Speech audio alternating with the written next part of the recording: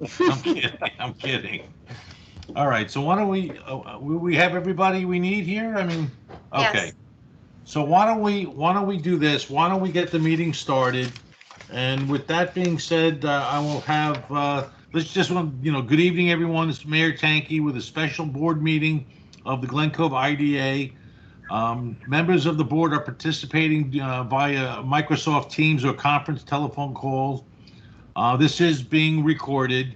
So let us officially begin the meeting and call the meeting to order at 6:02. Will the secretary please call the roll of the IDA board?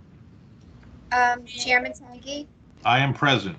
Vice Chairman Hartley, Here.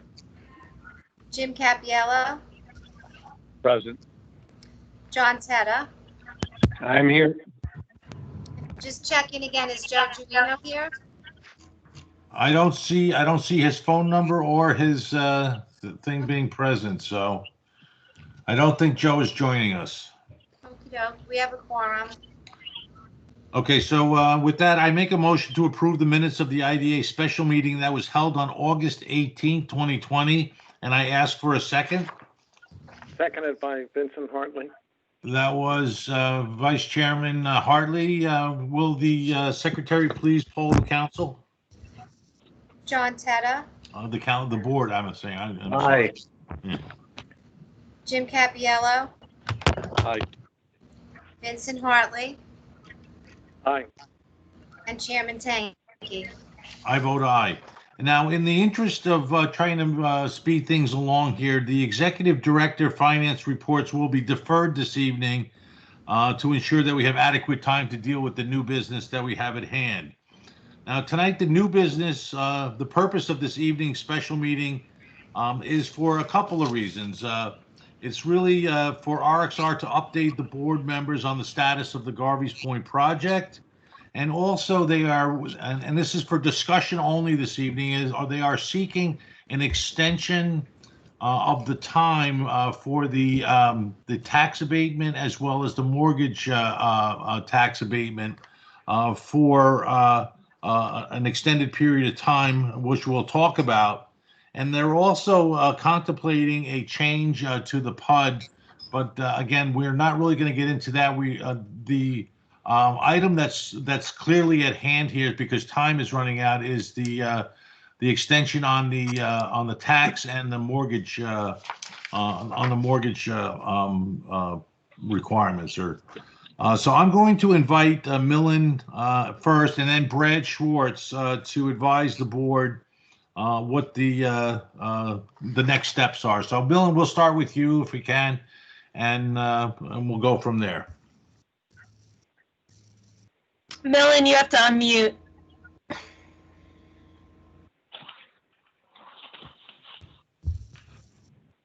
Yeah, they can't hear me. They can't see me, and we can't hear you. There you go. I guess I want to clarify one thing that the chairman just said. There's currently no expiration date on the mortgage recording tax. So what we're talking about is just an extension of the sales tax exemption. You're right. I'm sorry. Yes, thank you for correcting me on that, Millen. Happy to. And again, there's going to be no vote tonight.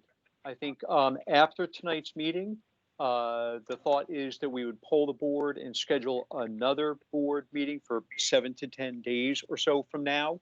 And in that period of time, we'll get some more comments and do more due diligence. So as everyone recalls, when we closed in 2016, we executed a sales tax exemption letter for RXR. The original expiration date was 12/31 of 19 last year. We extended it twice so far this year on a short-term basis while we were getting to this point. And this point being a better understanding of what RXR wants to do by way of a construction process. And John and Joe will talk about that in connection with what they want to go to the planning board for approval with. So not tonight, but at the next meeting, we will ask the board whether or not they approve an extension for approximately 10 years of the existing sales tax exemption letter. And again, I want to emphasize that it's not an increase.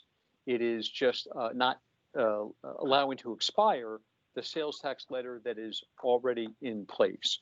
So there's no new financial assistance and therefore no public hearing required. I will also point out that between now and the time we have the next IDA meeting at which we expect to vote, we've been asking National Development Council to review a lot of the financial, marketing, and other materials from RXR. And we expect them, Kevin Grims, to come up with a recommendation that we would distribute to all the board members prior to the next meeting as more of the due diligence. Again, the purpose of extending the sales tax letter is to make it sync up with what we think the new construction schedule is, as reflected in the PUD amendment. And I'll let Brad Schwartz of Zarin Steinmetz, who, as everyone knows or should know, is counsel to the planning board, so he knows that process better than any of us, and also special counsel to the IDA. So, Brad, can you explain, I guess, what the IDA will be asked to consent to, and what the planning board process is? Terrific. Sure. And good evening, everybody. And Millen, thank you for that intro. Just to make sure that everyone is clear on what a PUD is, all right? A PUD, PUD, Planned Unit Development. The PUD plan is essentially the master plan for the overall project. It shows the layout of the variety of uses across the site. And the project agreement between IDA and RXR has always required RXR to come to the IDA first before commencing a formal PUD process review before the planning board. So this is the same process that has been followed twice in the past, in 2011 and 2015.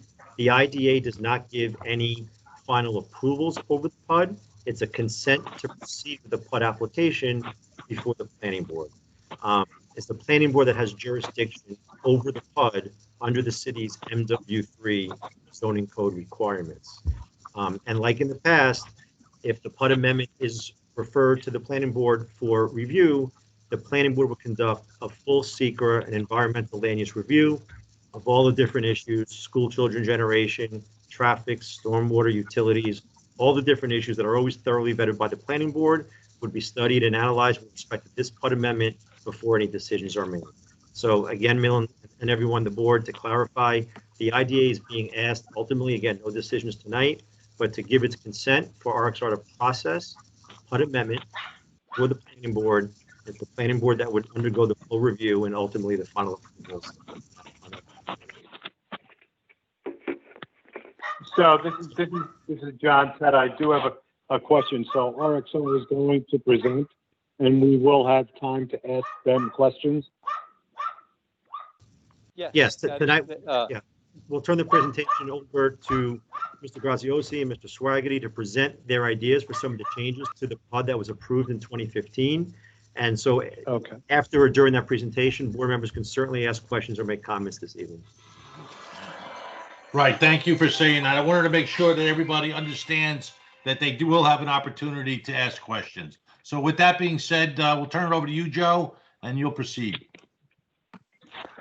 Okay, well, thank you, Mayor, and members of the board, for the opportunity to speak with you this evening.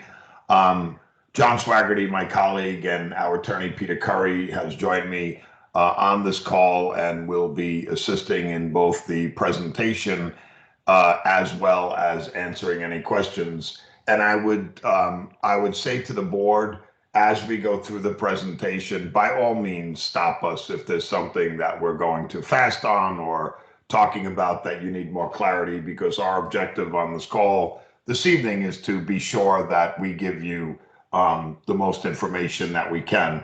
And just as a sort of a preface to our discussion here, both relative to the sales tax exemption extension, as well as some of the modifications in the PUD, as many of you know, what we might have known in 2011 and 2012 and 2016, life has changed. The world has changed. Markets have changed. We've learned more. We've learned more about the project, learned more about the land, learned more about the needs. And I think that in this short presentation that we have this evening, we're really reacting to a better Glen Cove. We're reacting to a Garvey's point that has now been and has become quite a destination. And I trust that, I know I've seen the mail many times, but I trust that many of you board members have had the opportunity to drive through Garvey's Point and see what we, in the partnership that we have with both the city and the IDA, have accomplished over many years. What was once a blighted property. And as many of you know on this board, I'm a lifetime resident of Glen Cove and have been involved in Glen Cove and Glen Cove projects my entire career. I still live in Glen Cove, and what we're doing there is very emotional for me, to be the executive responsible for it in my own hometown. So I only seek the best for Glen Cove.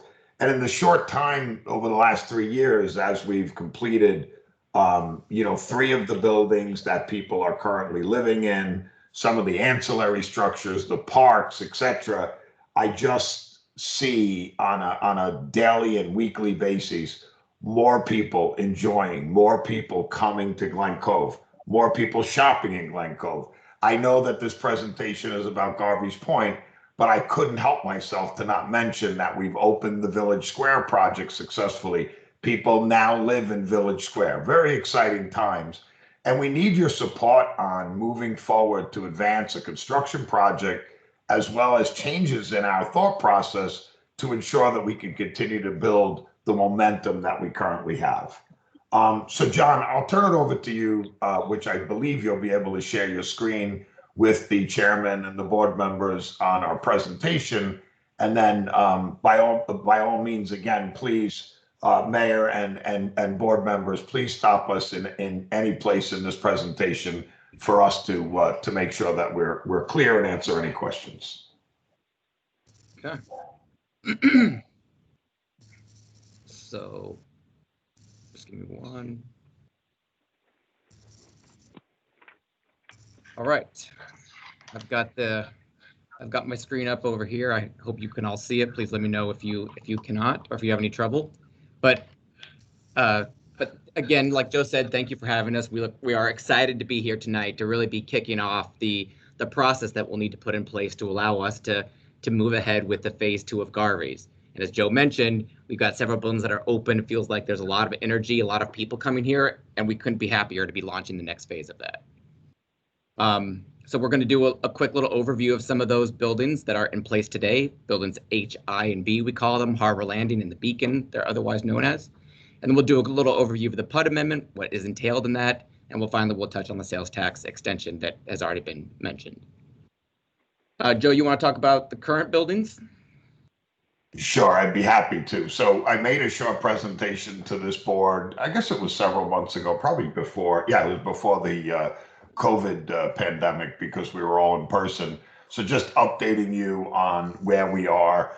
We refer to the 2 buildings on Herb Hill Road as Harbor Landing. So we identify one on the north and one on the south. The current status in Harbor Landing North, we have 177 units. All the construction is 100% completed. As of the 9th, we have 95% leased. So 95% of the 177. We have price points from studios to 1 beds to 2 beds plus, from 2,000 plus or minus to 4,500. We are initially, we had seen, and I was quoted in the New York Times yesterday on this, so I'll make sure I say the same quote. But initially, we had seen probably 80% of the people coming into Harbor Landing. Keep in mind, we've actually been open in October a year. From the surrounding area, I said an 8-mile radius. And since the pandemic, we are seeing more and more people from the West, and not just from New York City, but from the boroughs. And interestingly enough, we're now seeing people that left the city to the Hamptons, and on their way home, they're stopping in Glen Cove and renting at Harbor Landing, saying, we don't want to go back to New York City. So blessing and a curse, pandemic to curse, blessing. People are wanting to live with us. A very vibrant building that's currently 85% occupied. I'd pause there a moment and just mention that we have done a stellar job with the local merchants, from the ice cream shop to the pizzeria, and all of the merchants in town, and getting them engaged, making sure that our residents know what's out there, what's there in Glen Cove for them. And it's really worked out well. I've heard nothing but great things from the merchants in Glen Cove about us pointing our new residents into the right direction. Next slide, John. So the sister to building H is building I, or Harbor Landing South. There's a picture there of the lobby, which is absolutely beautiful, and of the swimming pool. These buildings share amenities. So if you live on the north or live on the south, there's fitness rooms in both buildings, club rooms in both buildings, outdoor terraces, grills, etc. However, we have one pool, so therefore, whichever building you live in, you're able to share the amenities. 208 rental units. The first and second batch has been TCO'd, and we started occupancy. We started pre-leasing. We're about 14% there, and tomorrow is actually our first move-in into that building. I'd also say to the board and specifically to the mayor, you had a change in building department personnel, most importantly, the building inspector, back in February, March. And I would just say that, Mayor, that the current David Jimenez, who is the building inspector, has done a fabulous job of getting up to speed, working with us diligently on our TCOs and getting COs. And we're ever so grateful for his presence and for him getting up to speed and the support that we've gotten from your team there.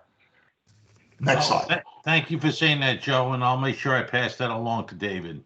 Yes, please do, because he had quite a big hill to get up to speed on. It wasn't, shall I say, much of a transition, and the gentleman has done a fabulous job, and we're grateful for that. Well, thank you for saying so. Building B, as we refer to the Beacon, the condominium project, right, which is down further on Garvey's Point Road, 167 units. We've sold just over 45%. I think this is a little bit dated because we've had a couple more of late. Over 59% of the units have been CO'd. Again, credit to David and the team and our construction team. Construction's pretty much done, year-end completion on the majority of punch list work and things of that nature, but by and large, we're moving very well there. I will say, we lost a considerable amount of time on each of these projects during the shutdown time of the pandemic, about 108 days, not to be exact. And then obviously our leasing process was also paralyzed, and we've struggled to get it back going. Although I'm confident to see that we're starting to see more traffic at the Beacon. I will say I'm doing more discussion about concessions on a one-off basis from time to time to get people to move quickly to a closing or to a contract. But again, we still see some great energy there. And there's a lot of people from our neighborhood that are actually, the empty nester type that are really taking resident in these buildings, all the rental buildings, as well as the for sale building. So a lot of people from our area, and then we're also bringing a lot of people from the outside who are now learning what Glen Cove has to offer. So exciting times there. Next slide is about the roadway project, and to Ann and Maureen Bostavanos, and the mayor's credit, along with Lou Salerno and Brad Schwartz and my team. We've all worked very, very closely in a very close partnership to make sure that, we built a bunch of buildings or spent $600 million on construction. We had a roadway that got you there. So I'm pleased to say that this has been in the rearview mirror for a little while now. The punch list is done. The DOT process has been completed. The acceptance, we have some minor punch list work to do and some signage to do, but by and large, we're completed. In fact, just last week, we did the final paving of Dixon, and we're opening that later this week. So the whole roadway system will be fully operational. Our residents in Glen Cove and our neighbors from the surrounding area learning, as the British call it, what a roundabout is, and pictured there in the right. So people are starting to get that you drive all the way around as opposed to through it.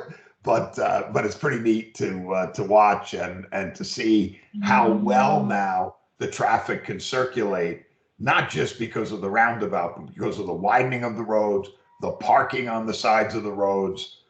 Essentially for the businesses down on Garvey's Point, for the boat launchers going down to Garvey's Point, this roadway system was key. And along with that, as you may or may not know, the entire infrastructure under the roadway system was upgraded. So your sewer lines, your water lines, all of your electric is going to be going underground. Hopefully by December, all the conduits are there, and PSEG is now starting that process. All new gas service in the entire complex, along with the fact that RXR, as part of its PUD, and along with our own funding, also built an $8 million pump station, sewerage pump station, which takes all of the sewage water from the north side of Glen Cove and the hill and takes it across and under the Glen Cove Creek and up into what's now the Nassau County Sewage Treatment Plant. That pump station that was there was built in the 50s, obviously past its life expectancy. Kudos to those in power that, shall I say, encouraged us to build a new pump station. So that's there for the longevity, and it's an important asset to the rest of the city.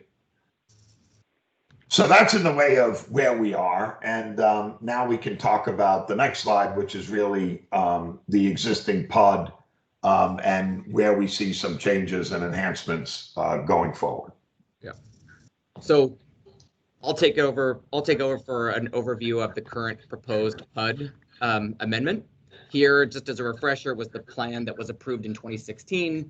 You can see, we'll get into more detail, but you can see here buildings H and I over here, building B, the beacon here, buildings A on the far western end, and D, E, F in the middle.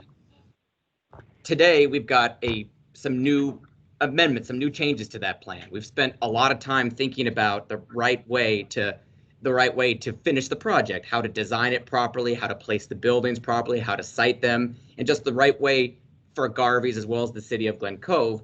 And what we've come up with is some slight different configurations to those parcels. Building A is a little snapshot here that we're going to look at the far western end, and then buildings D, E, F in the middle. And then buildings D, E, F in the middle.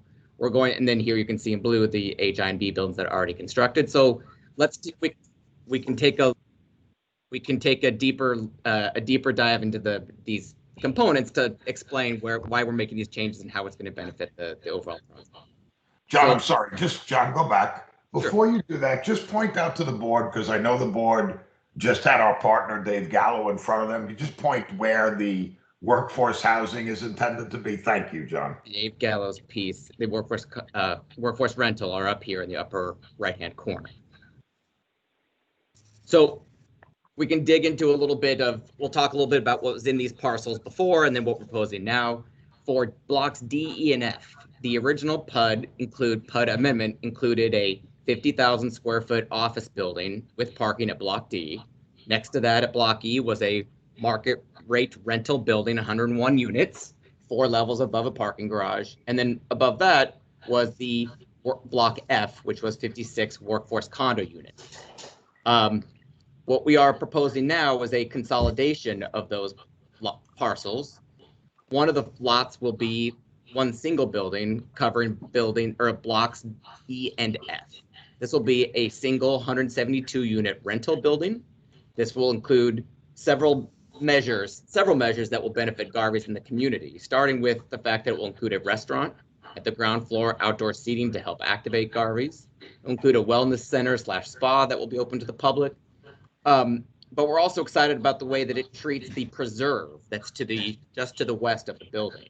Rather than before, its preserve was fronted by a parking lot, we'll now have a building that will serve as a buffer between the project and the preserve itself, where it can allow for fields and ponds, stormwater detention facilities to go. Also, we'll be able to provide access to the public to access the preserve from the north side of the building pending county approval and coordination and all that. And then last but not least, we'll provide another 170 units of rental housing, meeting a robust demand that we're observing for people that want to live in this kind of development. Whether they come from the city or whether they come from Long Island, wherever they come for, a lot of people want to be here, and we want to be able to respond to that and bring them into our community. So I have a question. Sure. I have a question. Why the change of heart from office space and going with more units? Yeah. So the office space, which I'll sort of cut ahead, the office building is now going to be a parking lot that will service the ferry terminal, providing parking that the ferry desperately needs, and also that we think that Garvey's needs more parking because there's such interest in the project already, especially when there's restaurants and the park space is built. But the project needs the parking, but the office building was very cumbersome. It required a level of environmental remediation on that land that would have been very expensive, that would have been borne by both RXR and the city, and would have taken a long time to remediate that soil to a point that it could have been occupied by commercial users, office or any type of user. So by changing the use here, we're able to save everyone a lot of money provide parking to the site. But in general, the office user is more of an intensive user of utilities and in general, right? Electric, water, there's parking, pretty intense parking and traffic demands from our office. And by moving to more units, you will be less demands and less impacts by that use, which will be borne out during the review process by the planning board. Well, as far as that's concerned, that's traffic that comes and go on a daily basis, and the trade-off is going to be traffic that's always there. Right, but there will be less parking in peak demand hours for a residential building than for an office building, where you tend to have all of your parking and traffic coming and going within a few defined hours in the morning and the evening. We'll see more of a spread of that traffic. I understand that. So the cost of the project is going to be driven down substantially then? Will be driven down by providing a parking lot instead of an office building, but we're also building a larger one single residential building that will be of a considerable cost as well. Yeah. John, I would just like to make another point on this, which is, as I'm sure the board members know, we have been working very closely with the city and the ferry operator to determine the success at the end of the day of the ferry. And, part of this overall game plan came as a result of the fact that we were missing significant parking to public to have this ferry operation be of any success.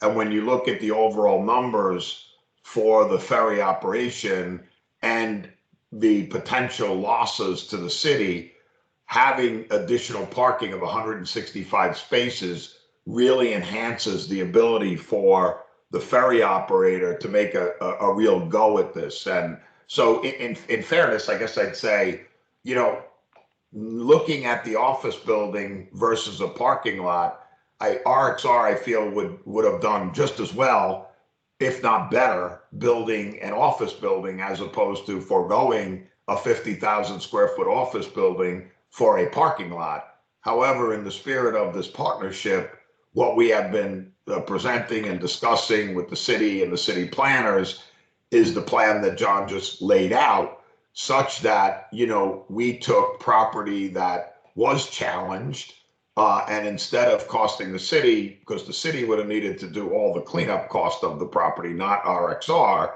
in a favored way.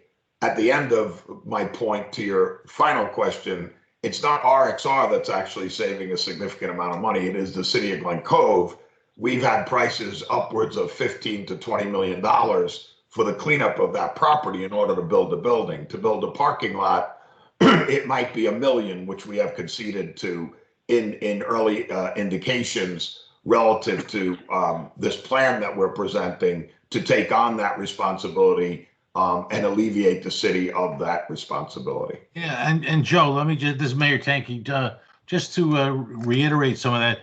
The parking area that's being proposed for that is really the best, most reasonable use of that property right now for the city for sure, because we do need the parking for the ferry terminal. It also opens up that whole area down there for the rest of the city of Glen Cove to have access, so they can park somewhere and utilize the waterfront area there. So this is actually a great solution to what I presumed was a problem down there, and I really appreciate RXR's input and advice on that, as well as the cities from the city planners as well. So I believe that that's a benefit to the city having that done that way.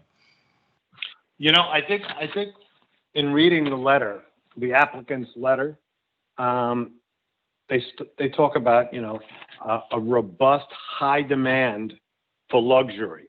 So I guess my question is, why are we looking to potentially build out Block A over a 10-year period of time and move on E and F first? If the demand is there for luxury, why wouldn't we want to build out the end of the block first and then work our way back? Because that's in our contractual agreement with RXR to build all these other ones before they build A. And then Okay. that is their final building location is A, which will be their luxury condos down there. And we wanted to make sure that we had all the other things in place before that final buildings were made. So that's one of the reasons why we did it that way, John. Okay. But Okay. but I would also add to that, if I may, Mayor, that when we say there's a demand, there is much more pet demand for luxury rental today than there is for luxury condo. Hence why we're dividing A, when we get to it, we'll talk about it in more detail, why we're dividing it into 3 phases, okay? Sure. And why we feel that and let me also say that the building that's on the screen on lot E and F is intended to be a luxury rental. So it intends to be a step above our current rentals, because we see a high demand on that in the luxury rental market. And just as a point of reference, there's a facility called the Vanderbilt that one of our colleagues in the industry, Mike Dubb, did in Westbury over by Fortunoff, where somebody like me said, who's ever going to live there? They have a waiting list that's like, 50 long to get into a project where they're getting $4.25 a foot. And we're doing, 340, 350 in our current building. And we see in the marketplace the desire for people to have a luxury rental, and that's our intent in this. I'd also like to mention that John talked about the wellness center, but I just want to spend 2 minutes on it, because prior to COVID, I had spent a lot of time on this. We're working with Northwell on this, and again, prior to COVID. And the idea of what we're calling a wellness center is really going to be a mini virtual facility for MD, if you would, but a Northwell concierge type service, where instead of going to your brother-in-law's sister to find out what orthopedic we can get a hold of because we need an orthopedic, to partner with Northwell, have the right people inside of this facility so that all of Glen Cove, all of Garvey's can utilize that. It'll be open to the public as a way to, get people faster to services that they need, and also have some telehealth facility inside of there where they'll be able to do virtual doctor's appointments. So that is something else that we intend to put in the building. John called it the Wellness Center / Spa, but I just wanted to put a little more color around what our intention was in that. Joe, in regards to that, I know in the letter it mentioned the 6,000 square foot restaurant, 2,000 square foot wellness center. Is that 6,000 square foot restaurant going to be in lieu of the one that was on the north, I guess, northernmost westernmost point of Garvey's Point? No, sir. So right now in the planning, we have the bagel place, which, mind you, I want to make sure all the board members and the mayor knows that is supposed to have a soft opening on this Saturday. So let's go try down there next week and see if we can give the guy some business, get him going. So you have the bagel place in H. You're going to have the Garvey's Point Brew and Pub, right, that we've talked about in the past and you've read about in the past, on the furthest north side of Building I. Then in this building, you'll have a 6,000-foot restaurant. And then in Building A, which when we get to it, we took the restaurant off the point and put it into the building because it just makes a lot more sense to open up the parkland instead of having a restaurant in the middle of the park that you need a roadway system to get to, and incorporated it into the building while enjoying the water views and the sunsets, essentially. And we'll show you that when we get to Building A. So our goal would be, before we assemble any of the other properties, whether it be Dr. Abiri or One Garvey's Point Road or Race On across the water, our current goal is to have 3 full-fledged operating restaurants, brew and pub, white tablecloth, and somewhere in between.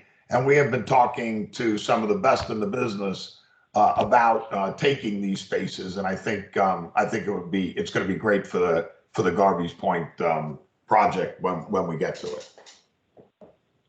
Okay. Thanks, Joe. Absolutely. Okay. So just to wrap up the E&F conversation, here's a comparison of the two, the before and the after, previous and current, with the building, again, concentrating all of the units that were previously planned into one single building here, 172 units with the parking lot. Okay, then we'll move on to Building A, which is the next sort of large component of the PUD amendment. These are a couple of images of the previously approved design for Building A. There were 346 condo units in the building. It was all located within one building, 2 towers. The building was tucked very close, pulled up very close to the water. There was a park, and there was a roadway with a parking lot right between the building and the water. Now, again, like we mentioned, we spent a lot of time thinking about the plan, trying to come up with the right way to site everything, and we've made a lot of changes to Building A that we're excited about for what it means for all of Garvey's. So right here, we've got a couple of images to convey this, but the biggest change is that we are breaking up the building into 3 separate buildings in response to the economic disruption of the COVID pandemic. This will allow us to phase the building over several years as appropriate for market conditions to absorb these condo units. But in doing so, we've been able to incorporate a lot of improvements to the plan generally. This plan breaks up that large building that was there before. It's less mass. You have more view corridors, better views of the water from multiple directions, and you have more contiguous park space that really, and especially park space that is concentrated on the water side of the project and takes advantage of those views over the harbor. But it's contiguous in that it really wraps around the project, connects to the park space between the buildings, and then ultimately all the way around the rest of the project. Not to be forgotten, these 3 buildings, while it sort of breaks up the mass of the buildings, they're also shorter than the building that was planned before. The building that was there before was 11 stories. These ones are 10, 8, and 9, so significantly shorter that serves to break up that mass and open up the view corridors of the project generally. So here you can see the 3 different buildings, 9 stories, 10 stories, and 8 stories. And each one would contain, this A1, 136 units, A2, 75, and A3, 135. So still the same number of condo units as before, just broken up in their configuration and their ability to be phased. Any So questions just the on- ability to be fit. Yeah, I have a question, just from an appearance standpoint. Also in that letter, it does mention, the sightliness of it from across the creek and the neighborhoods. But just so we all know, I do my boating down in Glen Cove too, and you can see about 3 inches above the current buildings. So it's really, from an appearance standpoint, it's really not going to do anything. And it also looks like it's really the footprint of the 3 buildings is larger than the footprint of the 1. So where have you taken away from? Yeah, so that's what I was jumping in to say to John. You need to toggle back to the first slide, John. Mm-hmm. And no, not the first slide, the first slide of A. Okay. Sorry. Right. So what, in answering that question, John, can you use your cursor and look at the roadway that ran along the water, right? Yeah, I see that. Right, and that circle, then the point, and the area to the south. And now, when you flip the slide, the idea was, and we did this programmatically, we basically looked at the real estate that was in the middle of the buildings, meaning between building B and building A. We took the actual square footage and we pulled the buildings back to the east to create a park that is on the waterfront at the end of the day, as opposed to a roadway system that's on the waterfront. So we can give you the analysis that's not in this presentation this afternoon, but we've essentially gone through and looked at green space for green space, percentage of green space versus percentage on the massing, and plus or minus a few percentage points, we're at the same level of green space. But most importantly, or equally importantly, is what this is going to allow us to do, which we're in the process of doing, is it's going to allow us to create the connection from the round circle that has the star in it all the way around the entire esplanade now, so that that doesn't get disturbed and people can start enjoying all of what the esplanade has to offer from the furthest east to the furthest west and not be impeded on when we go for this construction project. And in fairness, and John, if you point to the first building we think we're going to build that building first and then slide up to the next one to the, no, the other way. And then that one. And the last thing we would be building is taking any further, excuse me, park space away. So, you know, for years on years in the future, people are going to be enjoying all of the park space, which is arguably 2 times the amount that was in the original plan, until such time as the market's in the right position for us to build. But again, the thrust of our decision in this presentation, and we spent a year looking at this, mind you, was to create a parkland on the waterfront as opposed to in between 2 buildings, which was the original concept.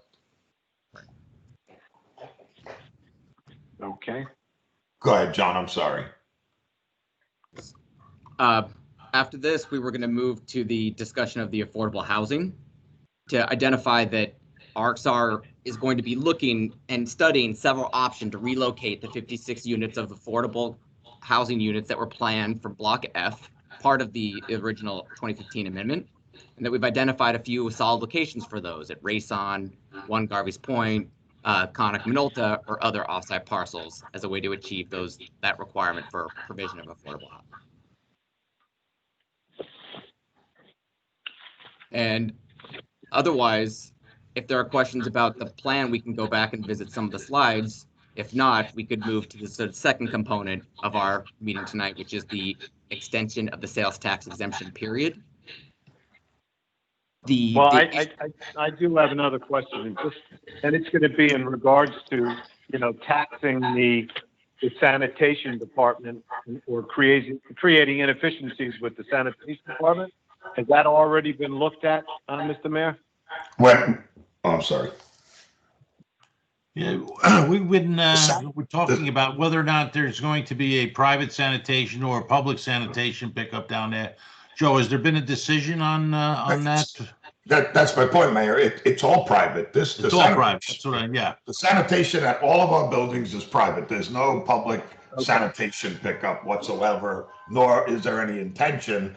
Moreover, I would remind the board that the entire parkland and campus, which is known as the Master HOA, is operated in conjunction with the IDA in the city by RXR in perpetuity, both for the trash pickup, the cutting of the grass, and of late, and Mayor, I say this in the spirit of our partnership, RXR has taken on all the responsibility of even the mowing of the lawn on Garvey's Point Road and Herb Hill Road in the boundaries that the city would have done it. And we're going to continue to do that in perpetuity as well. And really the only thing that the city will have a responsibility from DPW would be for the snow plowing of the roadway system that was recently constructed, which is no different than the snow plowing it's done on that roadway system, you know, That's for as long correct. as it's come around. That's correct. So we appreciate that, Joe. Thank you. Joe, this is Millen. Can you comment on what I understand is if you're adding 71 additional rental units, does that not also mean that there will be additional workforce units? Yes, so we've contemplated that, and we've been working with, you know, I can't get into major details on this, you know, just in the spirit of the confidentialities, but you know that we are under a term sheet with Conica. We're under a term sheet with One Garvey's Point Road. We know that our friend, and I say this in the spirit of us being the master developer, we know that our friend Dr. Abiri has a plan in front of the building department for a 400 unit mix over at the Pickle Factory in Slantfin. Mill and I, in the spirit of this partnership, I see RXR really being responsible someday for many of those out parcels, if not all of those out parcels.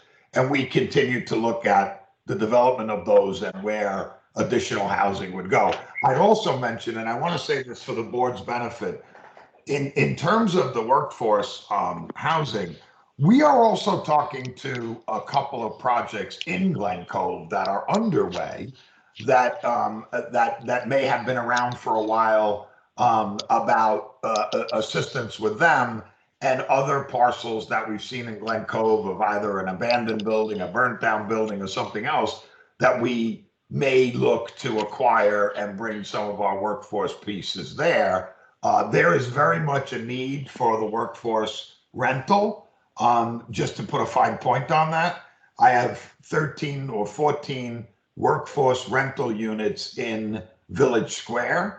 We had 275 applicants for 14 units. We've already approved, I think it was, John, today, 11, with 2 more to go. And we filled it up, you know, basically in the course of 2 months. So we know the need is there, and we need to make sure that it can work financially, and we continue to look at other opportunities to develop parcels in Glen Cove, which our PUD currently allows us. And Brad, you can comment on that if I'm saying something that is not right, but our PUD allows us to find properties, not just contiguous with Garvey's, but in the city of Glen Cove to potentially move this workforce housing to or in and around. How much additional workforce housing is there going to be in E and F?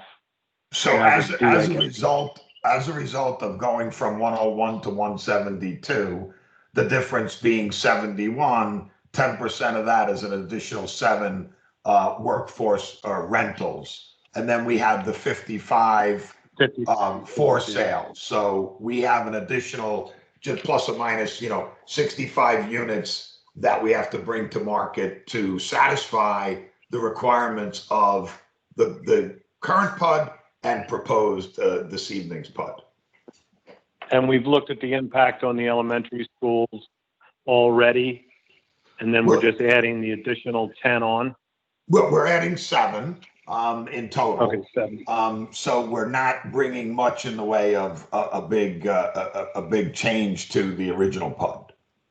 Well, plus the 71 rentals, right? So it'd be 71 rentals plus, and I don't know whether or not it'd be 7 or 8 of 10% of 71, but so it's, let's call it 8, so it'd be 79 additional units.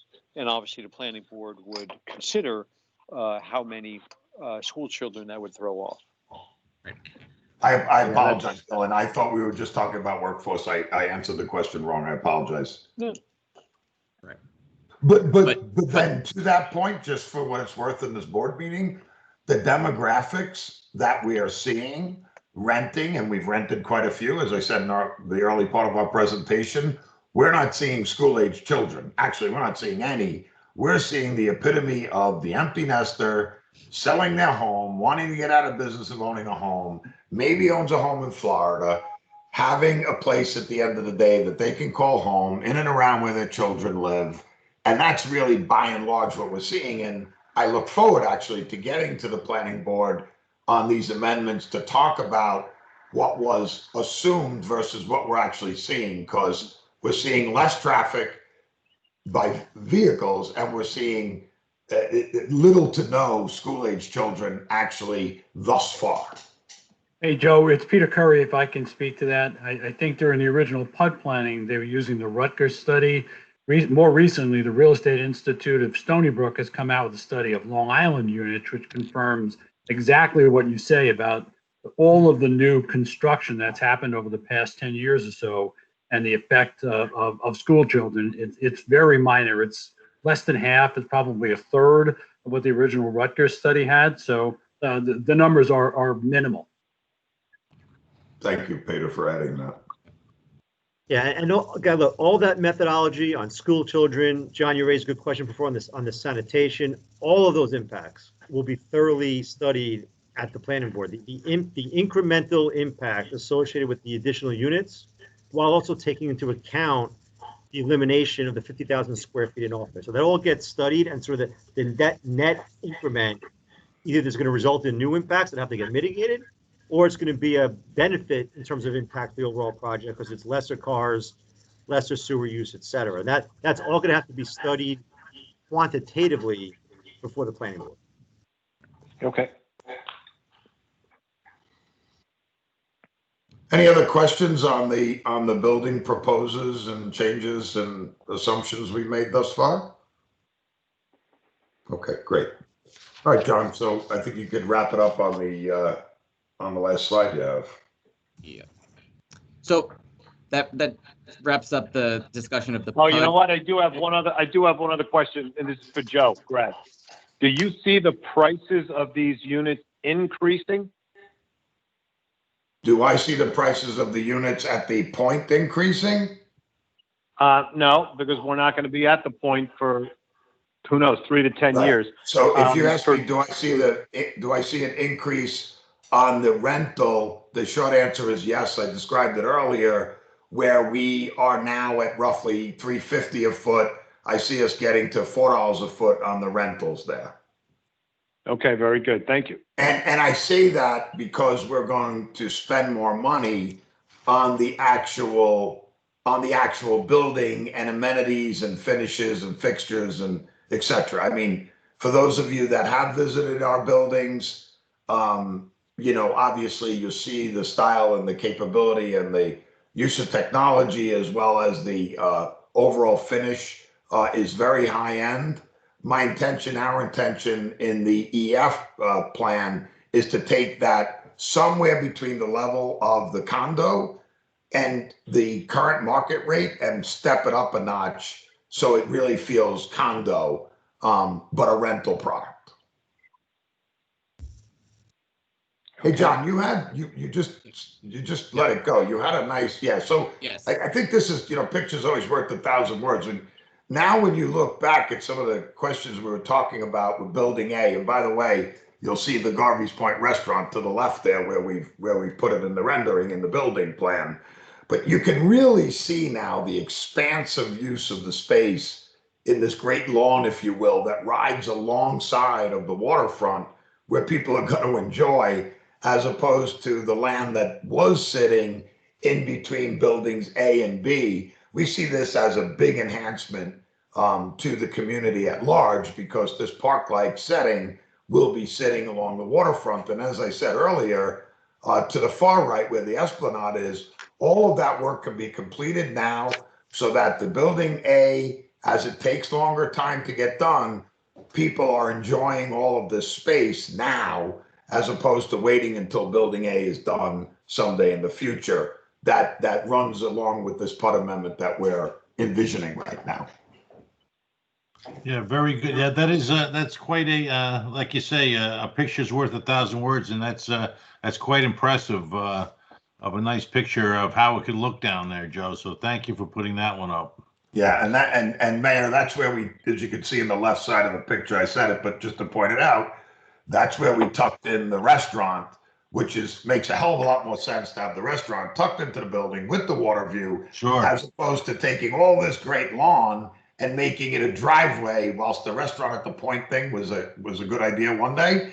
I think Right. this makes a lot more sense economically, functionally, the use of it. So we're looking forward. That would be our third restaurant in the Garvey's Point community under the current plan. Yeah.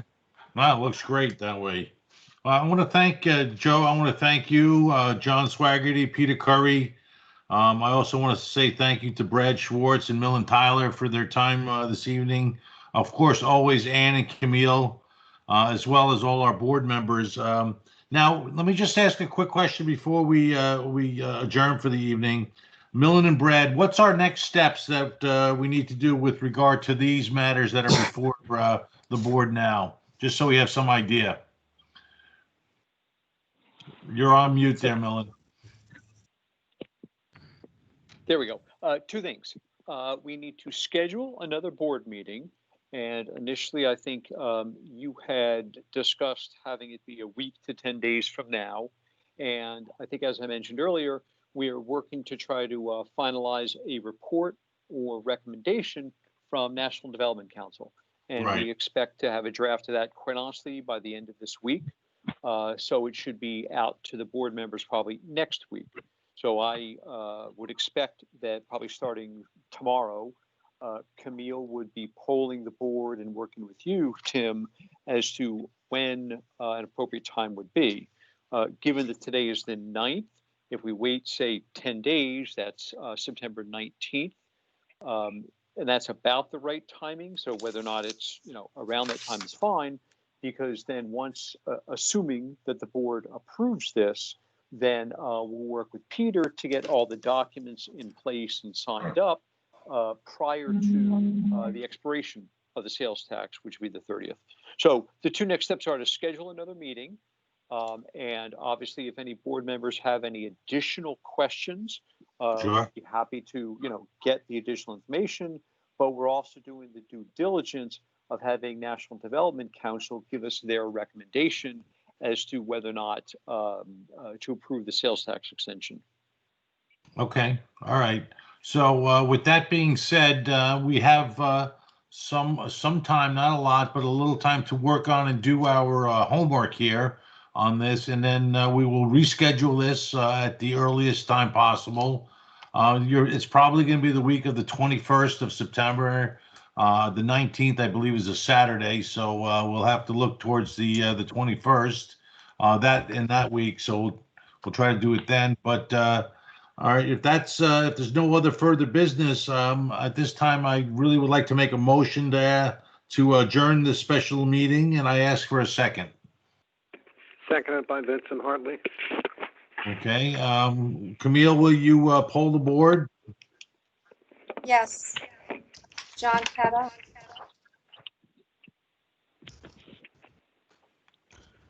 John, are you still there? Can you guys hear me? Yeah, now we can hear you, John. Yeah, I'm okay, still here. John, we're making a vote to. We're adjourn taking the a vote meeting. to adjourn. Yes, let's adjourn the move. Let's adjourn. Jim Capiello Yeah, vote aye. Yeah. and Vincent Hartley I vote aye. and Chairman Tanky. I vote aye. So it's now 7 p.m. We did that in an hour. I want to congratulate everyone for that. And I say again, thank you everyone for your time. I appreciate the presentation tonight. John, you did a great job. Joe, thank you. And again, Peter, always a pleasure to see you guys. And we'll be talking with you in the next few days or so. All right. So thank you all very, very much. Thank you, Mr. Chairman, Mr. Mayor. Thank you. Thank you, Tim. Good night. Okay. Have a Good good night. evening. Thank you all. Bye-bye. Bye.